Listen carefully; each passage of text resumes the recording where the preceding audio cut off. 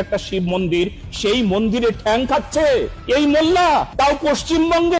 এই ভণ্ড সাধু, এই সাধু বাবারা কি আর বলবো, ইনাদের কাজ হচ্ছে যে মাযহাবি তালিম দেওয়া, অর্থাৎ নিজেদের ধর্ম অনুযায়ী জ্ঞান মানুষকে শোনানো।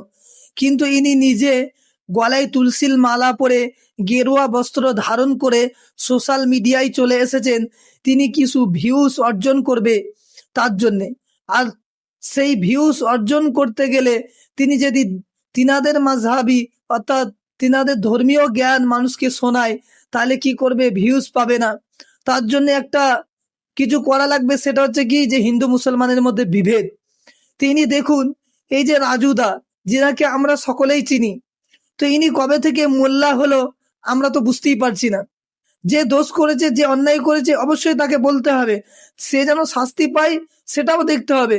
কিন্তু এই সাধু বাবারা, এই রকম কিছু সাধু এবং তার কিছু ভণ্ড অশিক্ষিত মুরিদ রয়েছে, দেখুন তারা কি করছে।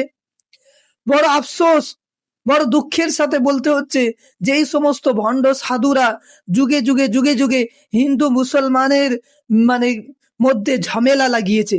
আপনারা সেটা দেখতেই পাচ্ছেন। রাজুদা একজন হিন্দু সনাতনী, আমরা সকলেই জানি, এ কথা আমরা সবাই জানি। কিন্তু তিনি বলছেন যে দেখুন একজন মোল্লা মন্দিরে বসে কি করছে, যে খাসির মাংস খাচ্ছে।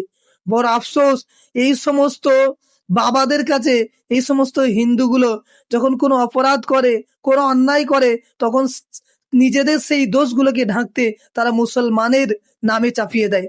আর মুসলমানের নাম না করলে কি হবে না, ইনাদের কোনো কাজ সাকসেস হবে না, পূর্ণতা পাবে না। যার কারণে আপনি দেখুন রাস্তাঘাটে যেখানেই যাই হচ্ছে শুধু মুসলমান মুসলমান মুসলমান।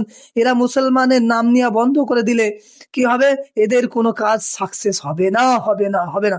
তাই আমার মুসলমান ভাইদেরকে বলবো যে এই সমস্ত ভণ্ড সাধুদের চরিত্র যেন বাংলার জনগণ জানতে পারে, তার জন্য আপনাদেরকে একটাই কাজ, একটাই অনুরোধ, যে আপনারা এই ভিডিওটা সব চাইতে বেশি পরিমাণে শেয়ার করুন এবং বাংলার জনগণ এই সমস্ত ভণ্ড সাধুদের ভণ্ডতাগিরি যেন উন্মোচন করতে পারে।